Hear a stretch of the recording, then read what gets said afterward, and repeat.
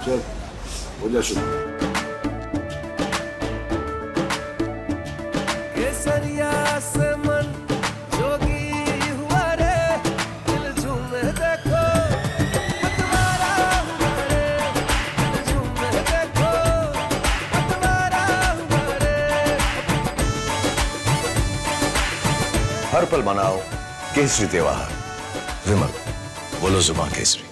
देश में नरेंद्र मोदी जी की लहर चल रही है। 4 जून के बाद एक आवाज गूंजेगी कि मैं नरेंद्र दामोदर दास मोदी तीसरी बार भारत के प्रधानमंत्री के पद की शपथ। देखिए, पूरे देश में नरेंद्र मोदी जी की लहर चल रही है और भारत की जनता ऐसा मानती है कि भारत के भविष्य के लिए, भारत के उत्थान के लिए, भारत के स्वाभिमान के लिए, भारत के गौरव के लिए तीसरी बार नरेंद्र मोदी जी का प्रधानमंत्री बनना बड़ा जरूरी है।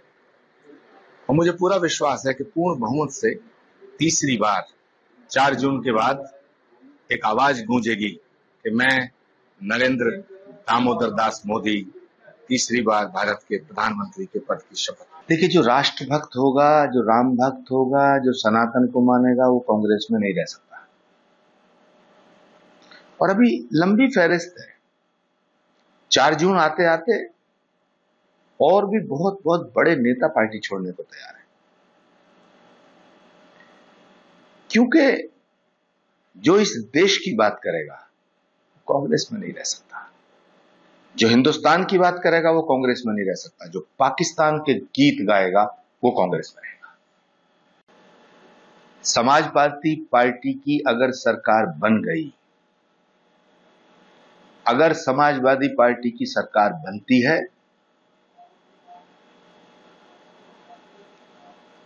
तो सबसे ज्यादा खुशी रावलपिंडी में मनाई जाएगी, लाहौर में मनाई जाएगी, इस्लामाबाद में मनाई जाएगी।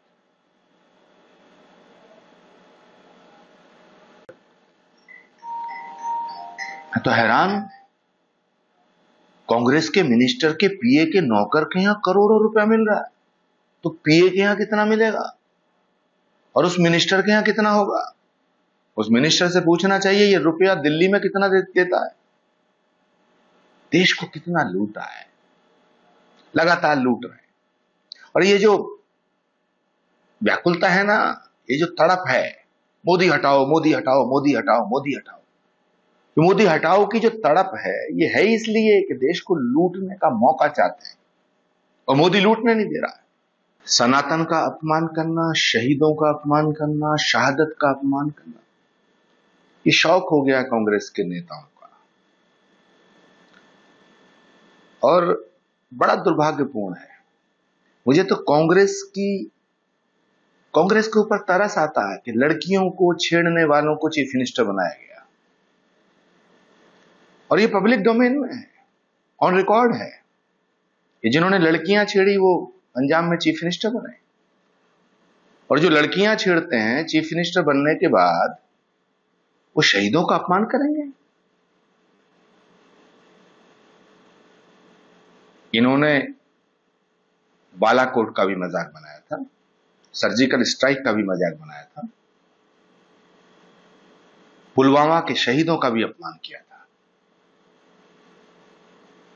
मैं कांग्रेस के नेताओं से कहना चाहता हूं कि मां भारती के सपूतों के लहू की एक एक बूंद का हिसाब हम पाकिस्तान से लेंगे। पाकिस्तान हमारे जवानों पर ताबड़तोड़ गोलियां बरसा रहा है, हमारे जवान शहीद हो रहे हैं, और ये इस तरह की वाहियात बकवास करेंगे। ऐसे नेताओं को पार्टी से बाहर करना चाहिए, वरना ये सिद्ध हो जाएगा कि कांग्रेस पार्टी शहीदों के अपमान करने वालों के साथ खड़ी है। कांग्रेस पार्टी देश के खिलाफ खड़ी है। कांग्रेस पार्टी मां भारती के सपूतों का अपमान करती है। देखिए, प्रधानमंत्री जी ने जो कहा है वो बिल्कुल ठीक कहा है। देश को बांटना चाहते हैं लोग। खासतौर से राहुल गांधी जी और अखिलेश यादव का एक ही एजेंडा है और वो एजेंडा है वामपंथ का एजेंडा। ये चाइना के इशारे पर इस देश को तोड़ना चाहते हैं।